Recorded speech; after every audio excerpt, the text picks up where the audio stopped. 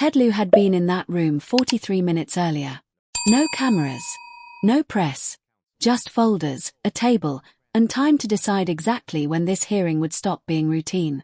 He reorganized 3 folders, removed 1 document, and placed it inside a plain manila envelope. He left it face down at his left hand, like it didn't matter. Not yet. Because in rooms like that, timing, not volume, breaks everything. And he wasn't there to speak louder. He was there to speak last. What no one in that chamber noticed, what no network reported that night, was the second envelope. At exactly 9:47 a.m., 11 minutes into Bond's opening statement, a senior aide slid it under the table. No pause. No reaction. No camera caught it. But from that moment on, there were 2 hearings happening at once, the one the audience could see, and the one being built in silence. Bond continued speaking, statistics, coordination, process, language designed to sound stable, while revealing nothing. Her attorney sat beside her, perfectly aligned, nodding at just the right moments. Controlled. Predictable. Everything about it suggested this would end like every other hearing. No answers. No consequences. No memory. Then something changed. Not because of what was said, but because of what stopped happening. Her lead attorney hadn't written a single note in over 40 seconds. That was the first break. In hearings like this, attorneys never stop writing. Notes, strategies, objections. When the writing stops, it means calculation has replaced reaction. And when that happens, it means something has entered the room that was never supposed to be there. Ted Lieu waited. He didn't interrupt. Didn't challenge. He let Bond finish her sentence. Because the trap wasn't the document. The trap was her answer. Attorney General Bond, in your role overseeing financial settlements, did you personally review authorization forms for wire transfers exceeding $100,000? A clean question. No accusation. No pressure. And she answered exactly how she was trained to. Yes. Standard protocol. All major transfers. Clear. Immediate. Under oath. And in that moment, before any document was shown, everything was already decided. Because now, only 2 possibilities existed. Either that statement was true, or everything that followed would prove it impossible. There is no gray area under oath. Ted Lieu reached for the envelope. No rush. No theatrics. He removed a single sheet of paper and slid it across the table. I'm going to ask you to look at the document in front of you. That was it. No explanation. No summary. Because the document didn't need it. It was already authenticated. Federally certified. Submitted under seal weeks earlier. And now, it was public. The number was precise. $847,000. Routing number. Visible. Timestamp. Recorded. Destination account. Previously flagged as suspicious. That flag had been reviewed. Then quietly removed. The memo. Just 3 words. Matter is classified. No explanation. No justification. And beneath it, a signature line. Bond's eyes dropped to the page. Her attorney leaned in, whispering. Too late. That was the second break. Because when the defense reacts after the document appears, it means the evidence got there first. Ted Lieu didn't repeat the question. He let the silence grow. Because everyone in that room understood exactly what they were looking at. This wasn't a rumor. Not a leak. Not speculation. This was a federally authenticated wire transfer, sitting 3 feet away from the person who just testified she reviewed all transfers like it. Attorney General Bond. Is that your signature on the authorization line? Yes or no? No escape. Just 2 options. If she says yes, she admits approving a suspicious transaction. If she says no, she challenges the authenticity of a federal document. Either way, her earlier testimony collapses. And silence. Silence doesn't protect you. It defines you. The room understood. This was no longer about policy or procedure. This was about consistency. And consistency is the one thing you cannot fake under oath. Bond looked at the document again. Then at her attorneys. No notes. No strategy. Because there was nothing left to calculate.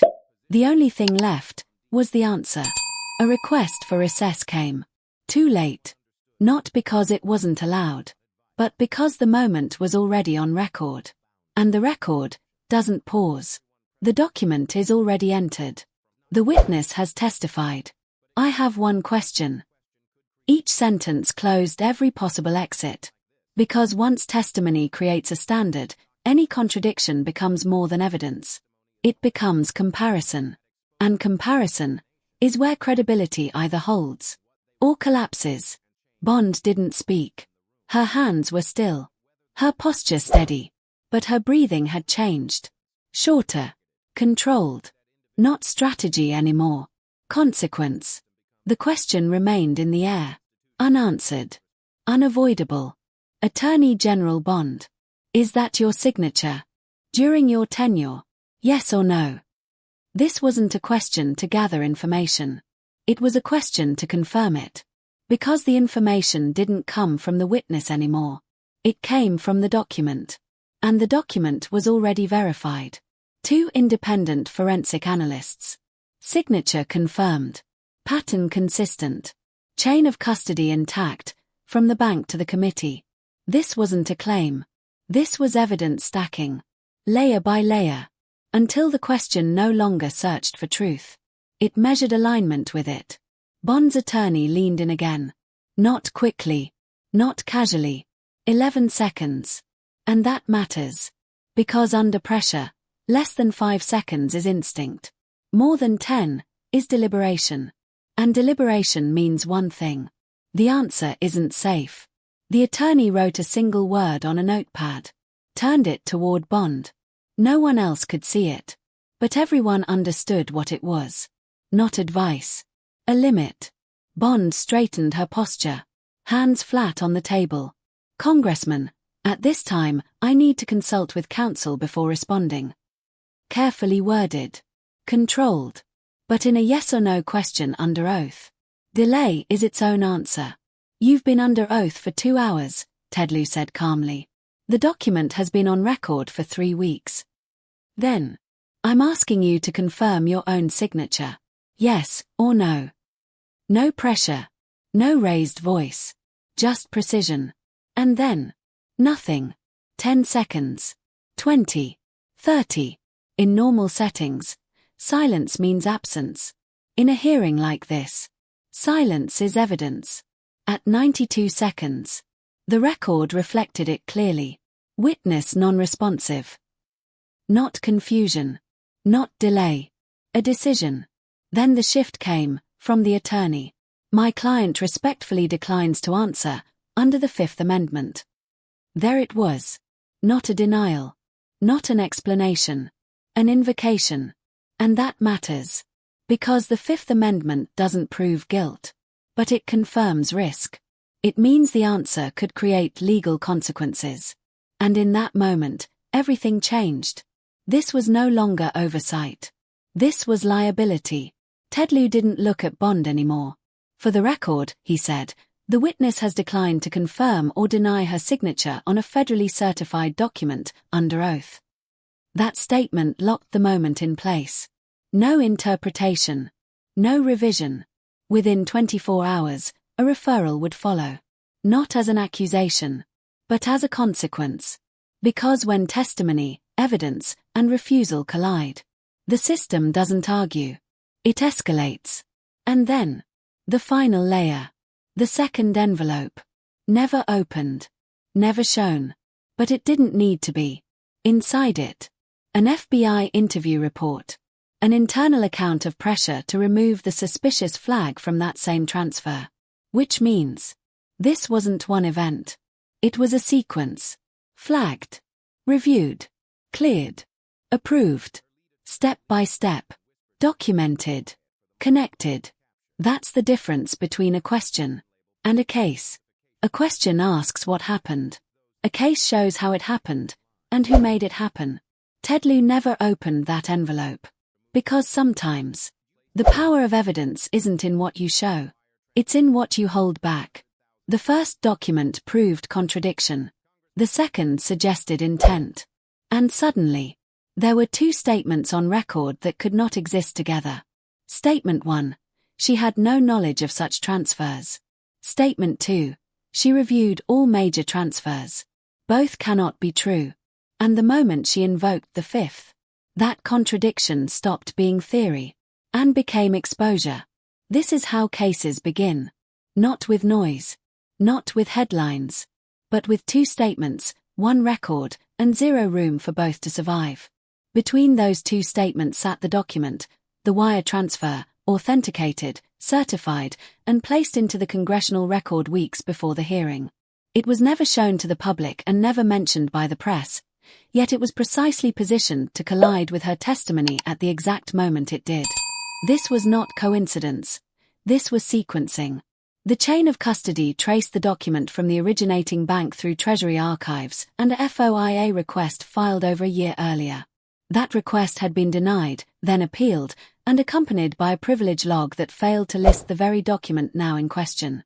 That omission was not minor. It raised a critical issue. Either the document was intentionally excluded or not properly accounted for, and both possibilities point directly to a breakdown in control and transparency. The transfer itself followed a clear sequence. It was flagged by Treasury analysts due to suspicious patterns, reviewed by a decision-maker, and then cleared. The justification for clearing it was reduced to 3 words: matter is classified. But classification does not explain an action, it only limits access. It shifts scrutiny rather than removing it. The key question becomes what exactly was classified: the account, the purpose, or the recipient. A second document, an FBI FD 302 report, adds further weight by describing a pressure campaign to remove that suspicious activity flag. With its chain of custody intact, the situation is no longer about a single transaction. It becomes a structured sequence: movement, concern, intervention, and explanation, all connected. This shifts the focus from one moment in a hearing to a broader system. Months of requests, denials, appeals, and document handling led to this point. Systems do not fail in one place. They fail across multiple decisions that seem acceptable individually but collapse when viewed together. The $847,000 transfer moved through a system built on public trust, where every action is supposed to be documented and accountable. When that accountability breaks, the issue is no longer political, it is structural. The question becomes whether the system that enforces rules is itself following them. By placing prior statements next to documented evidence, the issue became one of consistency.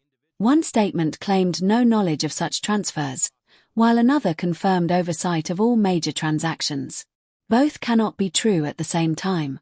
When that contradiction could not be resolved, the process moved forward, not through argument, but through procedure. A referral is made, records are reviewed, and the scope expands. This is how a hearing turns into an investigation. Not through noise, but through structure: 2 statements, 1 document, 1 refusal, and 1 connected report. What follows is not dramatic but procedural. The statements are compared, the records are examined, and if they cannot be reconciled, the issue becomes whether one of them was materially false. That is not an opinion, it is a legal threshold. In a setting like this, statements about financial oversight are central, not secondary. Once they are recorded, they remain in the system, waiting to be tested against evidence. And in the end, it is not about what was said in the moment, it is about what can be proven when every piece is placed side by side. Each piece of evidence is tied to a specific moment in time, connected through a chain of custody that has already passed initial scrutiny. At this stage, the investigation does not expand, it narrows. The focus is no longer on understanding what happened, because the event itself is already documented. The focus shifts to responsibility. Who reviewed the flag? Who authorized its removal? Who signed the document? Who approved the classification? Who decided that this authorization form did not belong in the privilege log? These are no longer broad institutional questions. They are targeted at individuals. And that is where the system becomes uncomfortable, because institutions can diffuse responsibility, but individuals must carry it. A department can claim the process was followed, but a person must say, "I did this." When that person is asked under oath and invokes the Fifth Amendment, the system does not assume guilt, but it removes ambiguity. Ambiguity exists when multiple explanations are possible. Invocation exists when at least one explanation carries legal risk. Now consider those 92 seconds again, not as silence, but as time. 92 seconds in which no answer was given, while every person in the room witnessed a decision being made in real time. Not about the past, but about what could be said in the present. That is the exact moment where narrative ends and consequence begins. Before that silence, the hearing could still be framed as routine. After it, that framing no longer holds. The transcript does not capture tone or tension, but it records absence, witness non-responsive. That phrase is not neutral. It becomes a permanent marker in the record, signaling that a question requiring an answer could not be addressed under oath. It does not fade, and it cannot be reinterpreted away. What the cameras did not show matters just as much. The brief seconds between shots, the moment an attorney wrote a single word, the instant a decision was finalized. These details may be invisible on screen, but they exist within the timeline. And in any investigation, timelines are reconstructed carefully, second by second. What is not visible visually often becomes clear contextually. Who initiated the response? Who advised it? Who made the final call? These are not minor details. They define sequence, and sequence is how intent is understood. Stepping back, this is no longer about a single transaction or a single signature. It is about whether the system that enforces accountability is itself accountable. Every day, individuals are required to explain far smaller discrepancies with far stricter consequences. A minor inconsistency can trigger audits, penalties, or enforcement actions. That is how credibility is maintained, through consistency. But if the same system allows a large transaction to be flagged, cleared, classified, signed, and then omitted from official records without a clear explanation, the issue shifts from the transaction itself to the standard being applied. And once standards become uneven, they do not remain isolated. They expand and redefine expectations across the system. This is the central question. Does the law apply equally at every level, or does it change based on position and authority? That answer will not come from speeches or hearings, it will come from outcomes. Will the referral lead to action? Will additional records be requested? Will gaps in documentation be addressed? Or will the moment be absorbed, recorded, acknowledged, and then left without consequence? Because that is the alternative. Not denial, but absorption, a system that documents everything yet changes nothing. At this point, the question is no longer what happened in that room. That is already established. A document was presented, a question was asked, an answer was not given, a right was invoked, and a referral was made. The real question is what happens next. Does the process continue forward, or does it stop where it becomes uncomfortable? The system already has everything it needs: statements, documents, timelines, and verified custody. Nothing is missing except a decision. And that decision will not be announced publicly. It will be reflected in action, whether through subpoenas, further investigation, or silence. Because once a record like this exists, the outcomes are limited: escalation or containment, resolution or delay. If a system can document contradiction, record refusal, and authenticate evidence, yet still hesitate to act, then the question becomes unavoidable: what standard is actually being enforced, and who does it apply to? This is no longer just a hearing. It is a test of whether procedure leads to accountability, or simply to documentation.